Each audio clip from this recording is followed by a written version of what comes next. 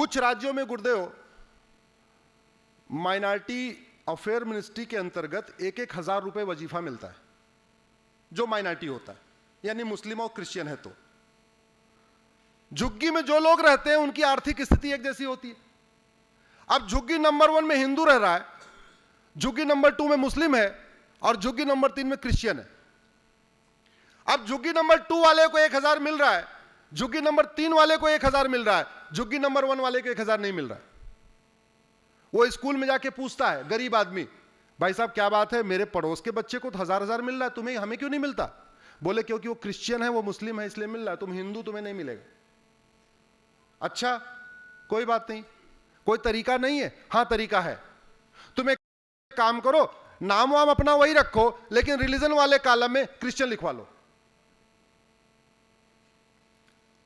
अच्छा वो सोचता और कुछ तो नहीं बदलना पड़ेगा? नहीं कुछ नहीं बदलना पड़ेगा, नाम वही रखो, पिता का नाम वही रखो, सब वही रखो, राम कुमार, अनिल कुमार, श्याम कुमार सब वही रखो, केवल रिलीजन वाले कॉलम में तुम क्रिश्चियन लिखवा लो। क्योंकि अगर मुस्लिम लिखवाओगे तो तुम्हें नाम भी बदलना पड़ेगा, कुछ और भी कराना पड़ेगा जो नहीं कहा जा सकता यहां पे। लेकिन अगर तुम तुम केवल क्रिश्चियन लिखवा लो तो वो क्या करता है, सारा कुछ नाम वाम वही लिखता है, उस 1,000 रुपए की लालच में रिलीजन वाले कॉलम में क्या लिखवा देता है। अब जब 1,000 रुपए महीने आना शुरू हो जाता है, फिर धीरे धीरे उसको ब्रेन वॉश किया जाता है, भैया तू क्रिश्चियन है, क्रिश्चियन के नाम पे तेरे को पैसा मिल रहा है, ये माला कैसी पहन रखी है, माला निकाल देगा। भैया तू क्रिश्चियन है, क्रिश्चियन के नाम पे पैसा मिल रहा है, ये रक्षा कैसे पहन रखा है, रक्षा निकाल देगा। भाई साहब तू क्रिश्चियन है, 1,000 रुपए मिलते हैं, होली दिवाली कैसे मना रहा है, वो बंद कर देगा। तू क्रिश्चियन है, 1,000 मिलता है, गले में तेरे कुछ है ही नहीं है, ठीक है क्रॉस पहन लेता हूं। स्टेट स्पॉन्सर्ड कन्वर्जन हो रहा है। आप लोगों के दिए हुए GST, income tax, TDS, VAT से गरीब हिंदुओं का धर्मांतरण हो रहा है। किस लिए? क्योंकि संविधान में माइनॉरिटी को डिफाइन नहीं किया गया। माइनॉरिटी कौन होगा, कितने % वाला होगा? माइनॉरिटी वो होगा जो संविधान को मानेगा या कोई भी माइनॉरिटी हो जाएगा? अरे माइनॉरिटी का दर्जा देने से पहले ये तो देख लो, ये जिस रिलीजन को मानता है वो इक्वलिटी को मानता है कि नहीं है, लिबर्टी को मानता है कि नहीं, फ्रेटर्निटी को मानता है कि नहीं, नेशनल इंटीग्रेशन को मानता है कि नहीं, यूनिटी को मानता है कि नहीं। उस रिलीजन को माइनॉरिटी का दर्जा दो जो वंदे मातरम को माने, तो वसुधैव कुटुंबकम को माने, तो नारी तू नारायणी को माने, तो सर्वमंगल मांगल्य माने, तो जो कुछ भी नहीं मानता वो कैसे माइनॉरिटी हो सकता है? इसलिए मैंने सुप्रीम कोर्ट में चैलेंज किया हुआ है। हमने कहा माइनॉरिटी मेजॉरिटी खत्म होना चाहिए, न माइनॉरिटी न मेजॉरिटी, सबका साथ सबका विकास। अब वो ठीक कराने के लिए आर्टिकल 2930 को ठीक करना पड़ेगा। 2930 को ठीक करने के लिए, फंडामेंटल राइट को बदलने के लिए अब की बार 400। गुरुदेव, भारत के संविधान में फंडामेंटल ड्यूटी लिखी हुई है। फंडामेंटल ड्यूटी में है राष्ट्रीय झंडे का सम्मान करना है, भारत की संस्कृति का सम्मान करना है, महिलाओं का सम्मान करना है, वैज्ञानिक सोच विकसित करना है। आर्टिकल 51 है, आप लोग कभी पढ़ लेना फंडामेंटल ड्यूटी क्या है, गूगल पे सब कुछ मिलता है। लेकिन एक ही गड़बड़ी हो गई, ये तो लिख दिया क्या क्या करना है, लेकिन ये नहीं लिखा अगर नहीं करोगे तो ये होगा। समझ रहे हैं आप? तो एक तरीके से एडवाइजरी हो गई, लेकिन नहीं मानने पे कोई दंड की व्यवस्था नहीं है। अब भगवान श्री राम कहते हैं भय बिन होय न प्रीत, विदुर जी कहते हैं सठे साठ्यम समाचरित। तो भारत में एक सिटीजन चार्टर की जरूरत है। नागरिकों की ड्यूटी निश्चित लिखी हुई है, उसमें थोड़ा और एक्सटेंड करना चाहिए। मेरा यह मानना है वोटिंग को भी फंडामेंटल ड्यूटी बना देना चाहिए। वोटिंग जितनी कम हो रही है ना, उसको फंडामेंटल ड्यूटी बना देना चाहिए। और जो आदमी अपनी फंडामेंटल ड्यूटी को ना माने उसके लिए कुछ पनिशमेंट का प्रावधान भी करना चाहिए। मैं कोर्ट गया, मैंने कहा कि वोटिंग को कंपलसरी करने के लिए आप सरकार को आदेश दीजिए। कोर्ट ने बोला कानून बनाना हमारा काम नहीं है। हमने कहा चलो आपने इतना कह दिया, कम से कम सरकार को एनओसी तो दे दिया। अब सरकार आगे कुछ करेगी तो दोबारा कोई पीआईएल नहीं करेगा कोर्ट में, क्योंकि आपने ही बोला हमारा काम नहीं है, कानून बनाना किसका काम है। तो हमारी कुछ पीआईएल एनओसी दिलाने के लिए भी है, हमें पता है वो काम कोर्ट का नहीं है, हम जानते हैं वो काम कोर्ट नहीं कर सकता, लेकिन हम पहले फाइल करके उसमें एनओसी कंफर्म हो जाता है भैया ये काम सरकार का है, जो सरकार को करना है करे, कोर्ट इसमें कुछ नहीं करेगा।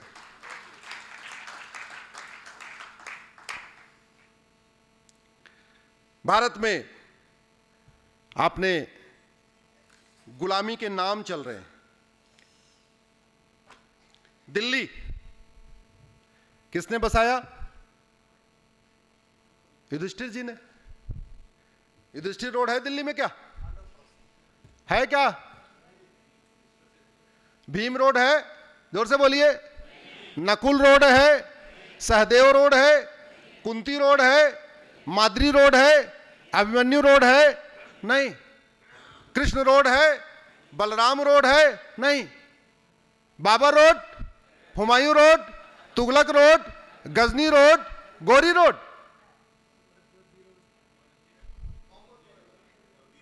क्या हो रहा है?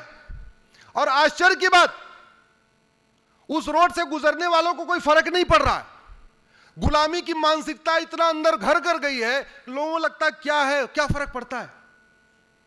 कोई फर्क नहीं पड़ता। एक तो विधानसभा उसका नाम ही बाबरपुर है। अरे जिन वहशी दरिंदों ने आके लूटा,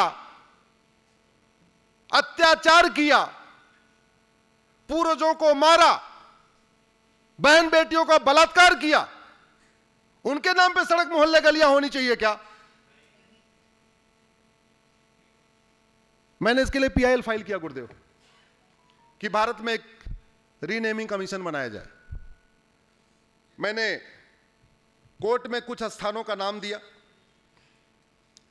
मैंने एक ये भी कहा कि जिन स्थानों का वर्णन कुरान में है वो उसी नाम से एग्जिस्ट करते हैं, जिन स्थानों का वर्णन बाइबल में है वो उसी नाम से एग्जिस्ट करते हैं, लेकिन जिन स्थानों का वर्णन हमारे वेद में है, पुराण में है, भगवत गीता में है, रामायण में है, महाभारत में, वो उसी नाम से एग्जिस्ट नहीं करते।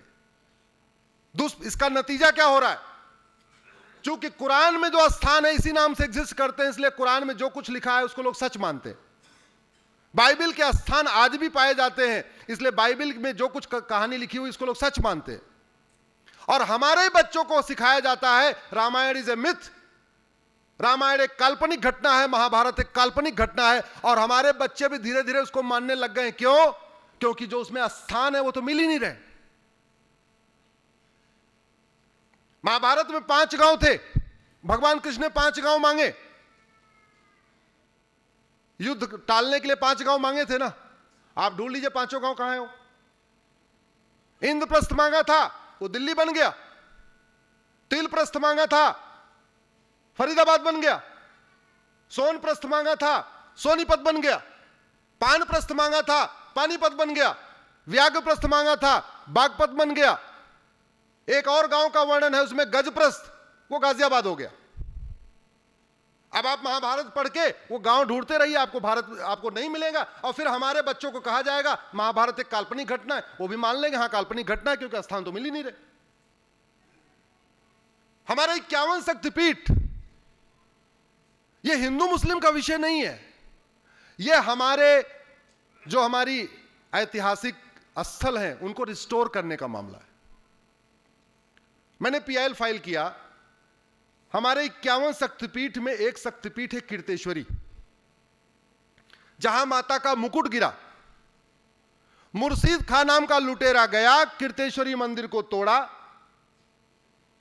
और सोना लूटा, और उस स्थान पे अपनी नेम प्लेट लगा के चला गया मुर्शिदाबाद। वो बंगाल में आज भी चल रहा है। और बड़े दुख की बात है, कभी बंगाली भी इसके लिए आवाज नहीं उठाते हैं कि हमारा शक्तिपीठ है, ये कीर्तेश्वरी है, ये मुर्शिदाबाद खत्म होना चाहिए और उसका नाम कीर्तेश्वरी होना चाहिए। चलो दिल्ली वाले नहीं उठाएं, बात समझ में आती, उनको नहीं आइडिया। बंगाल वाले सबको पता है कि कीर्तेश्वरी मंदिर है, आवाज ही नहीं उठा रहे। मिर्जा नाम का लुटेरा आया, हमारा दूसरा शक्तिपीठ विंध्याचल, नेम प्लेट बदल के चला गया, मिर्जापुर बना के चला गया। यूपी वाले भी नहीं आवाज उठा रहे। क्या भैया एक काम करो, हमारा विंध्याचल को मिर्जापुर को वापस विंध्याचल बनाओ। भगवान परशुराम के पिताजी का नाम था महर्षि जमदग्नि। उस स्थान को जमदग्निपुरम कहते हैं। जौना खां नाम को लुटेरा आया, जमदग्निपुरम को जौनपुर बना के चला गया। जौनपुर वाले भी शांत बैठे हुए। मुजफ्फर खां नाम का लुटेरा आया, विदेह माता सीता का स्थान, विदेह को मुजफ्फरपुर बना के चला गया। महाभारत में एक घटना आती है, वनवास के बाद अज्ञातवास। पांडव कहां रुके थे अज्ञातवास में? विराट में। होशियार खां नाम का लुटेरा आया, विराट को होशियारपुर बना के चला गया।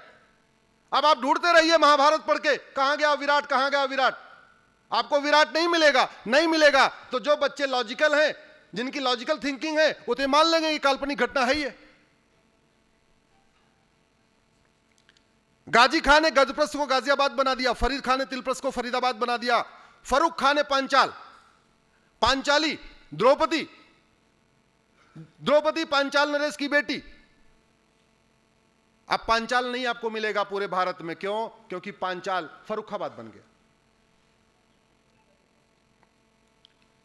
मुराद खान ने रामगंगानगर को मुरादाबाद बना दिया, बेगू खान ने अजातशत्रुनगर को बेगूसराय बना दिया, शरीफुद्दीन ने नालंदा बिहार को बिहार शरीफ बना दिया, दरभंग खान ने द्वारभंगा को दरभंगा बना दिया, हाजी शमसुद्दीन ने हरिपुर को हाजीपुर बना दिया, जमाल खान ने सिंहजानी को जमालपुर बना दिया, अहमद शाह ने कर्णावती को अहमदाबाद बना दिया, बुरहान ने भगनापुर को बुरहानपुर बना दिया, होसंग शाह ने नर्मदापुरम को होशंगाबाद बना दिया, अहमद शाह ने अंबिकापुर को अहमदनगर बना दिया, तुगलक ने देवगिरी को तुगलकाबाद बना दिया, उस्मान अली ने धाराशिव को उस्मानाबाद बना दिया, फरीद खान ने मोकलहार को फरीदकोट बना दिया, मुजफ्फर खान ने लक्ष्मीनगर को मुजफ्फरनगर बना दिया, शाहजहां ने गोमती नगर को शाहजहांपुर बना दिया, बख्तियार खिलजी ने नालंदा को बख्तियारपुर बना दिया, करीमुद्दीन ने करीमनगर बना दिया, महबूब खान ने महबूबनगर बना दिया, अली मीर जाफर ने अलीपुर बना दिया, भाग्यनगर को हैदराबाद बना दिया, इंदौर को निजामाबाद बना दिया, भिटौरा को फतेहपुर बना दिया, हरिगढ़ को अलीगढ़ बना दिया, अंबिकानगर को अमरोहा बना दिया, आर्यमगढ़ को आजमगढ़ बना दिया, जसनौल को बाराबंकी बना दिया, गाजीपुर को गाजीपुर बना दिया।